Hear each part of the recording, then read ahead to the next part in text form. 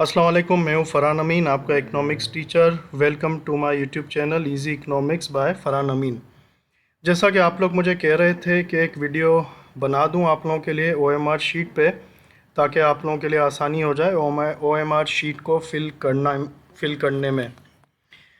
अच्छा देखें, सबसे पहले तो ओएमआर शीट जो है, जो बोर्ड इंटर बोर्ड ने जो इंट्रोड्यूस करा, ये एक इंटरनेशनल लेवल की शीट है और इसके लिए आपको शुक्रगुजार होना चाहिए इंटर बोर्ड के जो चेयरमैन हैं प्रोफेसर शहीदुद्दीन का, कि जिन्होंने सिस्टम इंट्रोड्यूस कराया और पूरे सिंध में कराची बोर्ड एक वाहिद बोर्ड बन गया है। यानी कि सबसे पहला बोर्ड बना है पूरे सिंध में जिसने ये सिस्टम इंट्रोड्यूस कराया। अच्छा, आते हैं ओएमआर शीट पे। देखें, ओएमआर शीट को फिल करना कोई मसला नहीं है, कोई मुश्किल काम नहीं है, कोई रॉकेट साइंस नहीं है। इसमें बहुत ही इजी है ओएमआर शीट को फिल करना। मगर ओएमआर शीट को फिल करने के साथ साथ एक और टेक्निक भी है जो कि मैं आपको बताऊंगा, जिससे आपका आपका टाइम सेव होगा। यानी कि ओएमआर शीट को आप जल्दी जल्दी फिल कर पाएंगे और जितना जल्दी जल्दी फिल करेंगे उतना आप जो है वो दूसरे एमसीक्यूज़ पे भी फोकस कर सकेंगे। तो काइंडली वीडियो को जो है वो एंड तक देखिएगा और ये टेक्निक दूसरे स्टूडेंट्स के साथ भी शेयर कीजिएगा ताकि ज़्यादा से ज़्यादा स्टूडेंट्स को पता चले। तो शुरुआत करते हैं, ओएमआर शीट को समझते हैं। अच्छा, ओएमआर शीट को जो है वो 3 पोर्शंस में डिवाइड किया गया है। पहला पोर्शन जो है वो सबसे टॉप पोर्शन है, जो आपके सामने ऊपर नज़र आ रहा है, जिसमें ग्रुप है, सब्जेक्ट है, पेपर, डेट और सेंटर नेम। अच्छा, इसके अलावा मैं आपको इसका दूसरा पोर्शन दिखाता हूँ।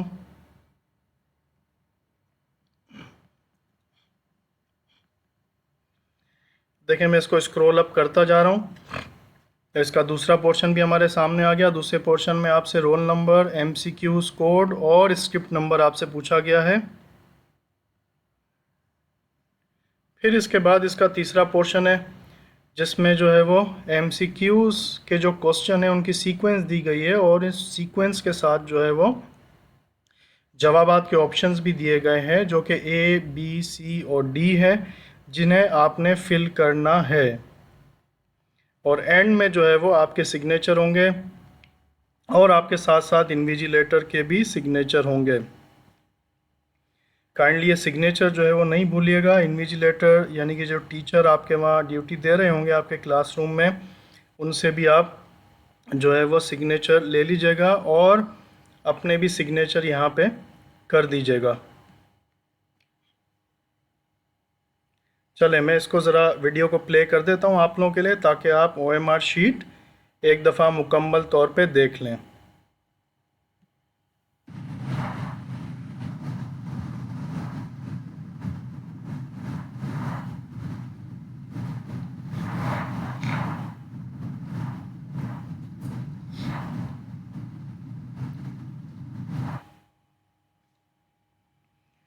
चलें, आप लोगों ने जो है वो ओएमआर शीट मुकम्मल तौर पे देख ली है। अब हम आगे बढ़ते हैं और इस ओएमआर शीट को जो है वो फिल करते हैं और आपको बताते हैं कि किस तरह से ओएमआर शीट फिल होगी।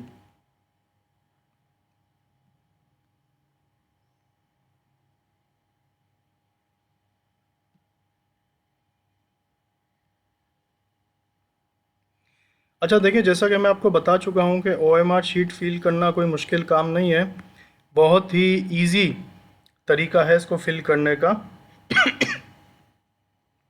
आप यहाँ पे देख सकते हैं कि सबसे पहला जो आपको पोर्शन नज़र आ रहा है, जो बोर्ड का नाम लिखा हुआ है, board of intermediate education Karachi, इसके नीचे वाला पोर्शन जो आपको नज़र आ रहा है, इसमें सबसे पहले आपसे पूछा गया है ग्रुप। ग्रुप आपको अच्छी तरह से पता है, आपको अपना ग्रुप याद है कि आप प्री इंजीनियरिंग के स्टूडेंट हैं या प्री मेडिकल के हैं या कॉमर्स के हैं या आर्ट्स के हैं। तो जिस ग्रुप के भी आप स्टूडेंट हैं वो ग्रुप का नाम आप यहाँ पे लिखेंगे। फिर उसके बाद जो सब्जेक्ट जिसका आप पेपर दे रहे हैं वो सब्जेक्ट यहाँ पे लिखेंगे। उसके बाद पेपर से मुराद कि पेपर 1 या 2, यानी कि पार्ट 1 या 2, जो आप अक्सर एग्ज़ाम में कंफ्यूज रहते हैं, पूछ रहे होते हैं इन्विजिलेटर से कि यहाँ पे 1 लिखना है या 2 लिखना है। तो देखें जो फर्स्ट ईयर वाले बच्चे हैं यहाँ पे वो 1 लिखेंगे और सेकेंड ईयर वाले हैं वो 2 लिखेंगे। इसके बाद आ जाते हैं डेट आपको पता है कि जो जिस दिन आप पेपर दे रहे हैं उसी दिन की डेट यहाँ पे लिखी जाएगी। फिर उसके बाद है सेंटर का नाम, सेंटर के नाम में आप उस कॉलेज का नाम लिखेंगे जिस कॉलेज में बैठ के आप पेपर दे रहे हैं या रोज़ पेपर देने जाएंगे जिस कॉलेज में। इसके बाद हम यहाँ पे नेक्स्ट ऑप्शन है एनुअल या सप्ली। जाहिर सी बात है 2022 में अभी सप्ली के एग्ज़ाम तो हो नहीं रहे, एनुअल एग्ज़ाम हो रहे हैं, ठीक है।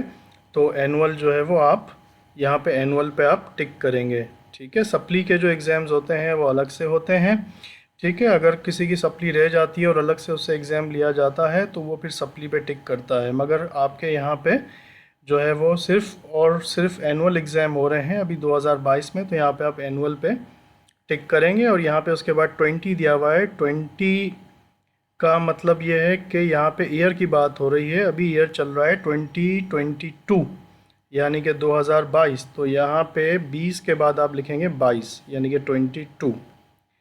नेक्स्ट आपका जो कॉलम है वो है इनरोलमेंट यानी कि रजिस्ट्रेशन नंबर, और ये आपको कहाँ मिलेगा रजिस्ट्रेशन नंबर, ये मिलेगा आपको आपके एडमिट कार्ड के टॉप राइट पे, ठीक है। टॉप राइट पे यहाँ पे लिखा हुआ होगा रजिस्ट्रेशन नंबर, इनरोलमेंट नंबर, तो वो आप यहाँ पे लिख दीजिएगा। इसके बाद देखें यहाँ पे एक मेथड दिया हुआ है जिसमें बताया गया है कि करेक्ट वे क्या है सर्किल को फिल करने का, ठीक है। और यहाँ पे देखें दूसरे पोर्शन में बताया गया है कि रॉन्ग मेथड क्या है, ठीक है। तो काइंडली रॉन्ग मेथड फॉलो नहीं कीजिएगा, करेक्ट मेथड फॉलो कीजिएगा। और करेक्ट मेथड ये है कि भाई सर्किल को अच्छी तरह से फिल करें, जो आंसर आप लिख रहे हैं, जैसे सपोज़ के MCQs नंबर 1 जिसका आंसर है ए, तो ए को अच्छी तरह से फिल करें। देखिए मैं अपना माउस भी यहाँ पे मूव कर रहा हूँ। इसके बाद MCQs नंबर 2 जिसका आंसर है बी, तो बी के सर्किल को अच्छी तरह से फिल करें। उसी के बाद है MCQs नंबर 3 जिसका आंसर है सी, तो सी के सर्किल को अच्छी तरह से फिल करें, और इसी तरह चलते चले जाइए। अगर आपने यहाँ पे इस शीट में सर्किल्स को अच्छी तरह से फिल नहीं किया तो जो स्कैनर मशीन है जिसमें ये OMR शीट चेक होंगी वो इसको रीड नहीं कर सकेगा, और जब रीड नहीं कर सकेंगे तो फिर जो है वो आपने अगर सही जवाब भी दिया है तो वो कंसीडर्ड नहीं होगा, वो काउंट नहीं होगा। तो काइंडली सर्किल को अच्छी तरह से फिल कीजिएगा। अगले पोर्शन पे आते हैं। अगले पोर्शन में यहाँ पे रोल नंबर की बात हो रही है। रोल नंबर भी आपके एडमिट कार्ड पे लिखा हुआ होता है, ठीक है। एडमिट कार्ड के टॉप पे लिखा हुआ होगा रोल नंबर। अच्छा मैं आपको बता दूं कि रोल नंबर और रजिस्ट्रेशन नंबर में क्या फ़र्क है, जो आप अक्सर औकात कंफ्यूज हो रहे होते हैं एग्ज़ाम सेंटर में और इन्विजिलेटर से पूछ भी रहे होते हैं कि रोल नंबर क्या लिखें और इनरोलमेंट नंबर क्या लिखें, यानी कि रजिस्ट्रेशन नंबर क्या लिखें। तो देखिए जो रजिस्ट्रेशन नंबर होगा जिसको इनरोलमेंट नंबर भी कहते हैं वो अल्फ़ा न्यूमेरिक होगा। अल्फ़ा न्यूमेरिक से मुराद उसमें अल्फ़ाबेट भी होंगे और नंबर भी होंगे, जबकि जो रोल नंबर होगा उसमें सिर्फ़ और सिर्फ नंबर ही होंगे। जैसे कि यहाँ पे एक रोल नंबर लिखा हुआ है आप लोगों को समझाने के लिए 670052, ठीक है। ये रोल नंबर आप फिल करेंगे यहाँ पे। जिस तरह आप रोल नंबर यहाँ पे लिखेंगे ऊपर, देखें मैं अगेन यहाँ पे माउस मूव कर रहा हूँ, ठीक है। जिस तरह से आप यहाँ पे रोल नंबर लिखेंगे उसी तरह आप नीचे दिए हुए कॉलम्स में उसे फिल भी करेंगे। सपोज़ आपके रोल नंबर का पहला डिजिट है 6, तो 6 आपने लिख लिया, तो नीचे जो है वो उसी के नीचे जो है वो एक सर्किल होगा जिसमें 6 लिखा होगा, उसको आप फिल करेंगे।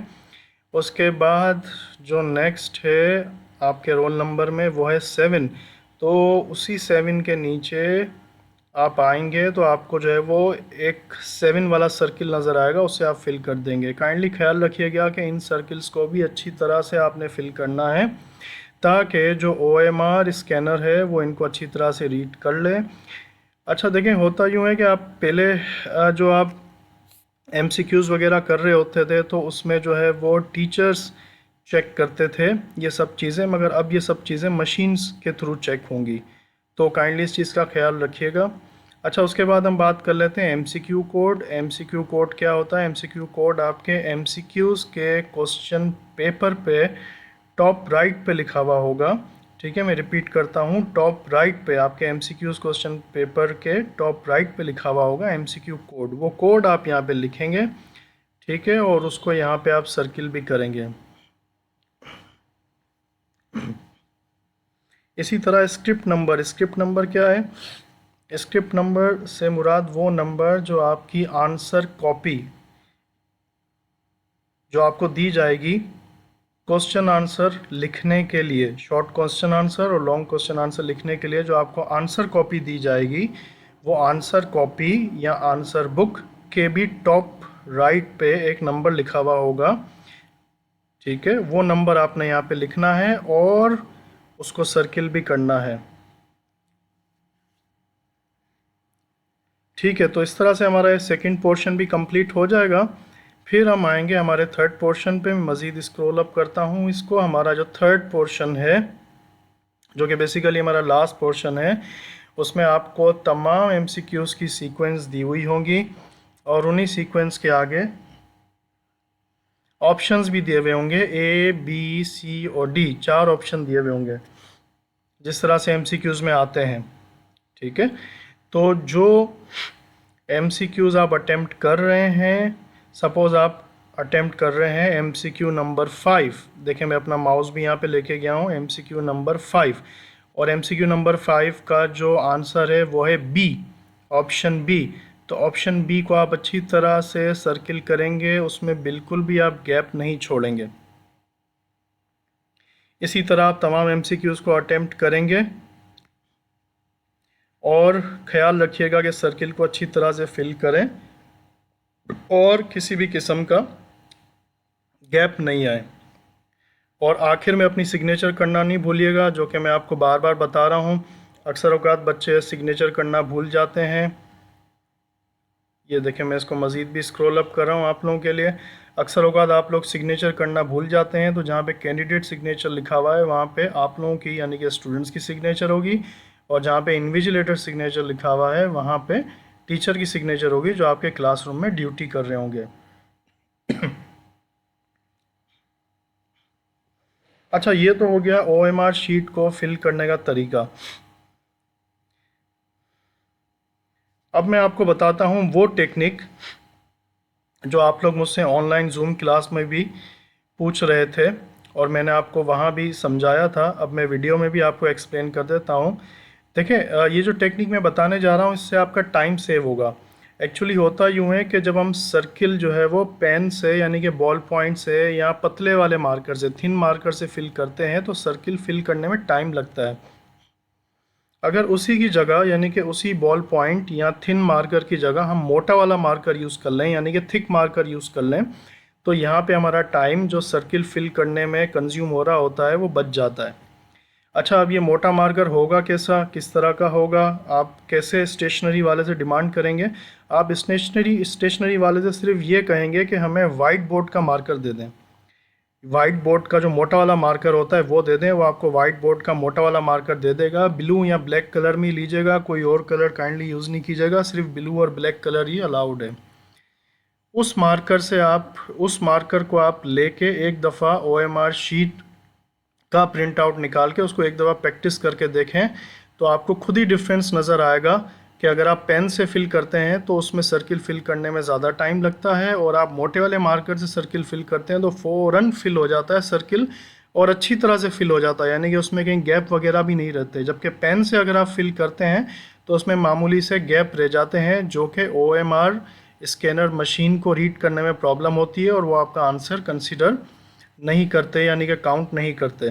तो ये जो मोटा वाला मार्कर है वो यूज़ करने के जो है वो आपको इस तरह से फ़ायदे हैं कि पहली बात तो आपका सर्किल मुकम्मल तरह से फिल हो जाएगा, और दूसरी बात है कि जल्दी फिल हो जाएगा क्योंकि वो मोटा होता है, उसकी जो निब है वो बहुत मोटी होती है, वो सर्किल को फ़ौरन फिल कर देती है।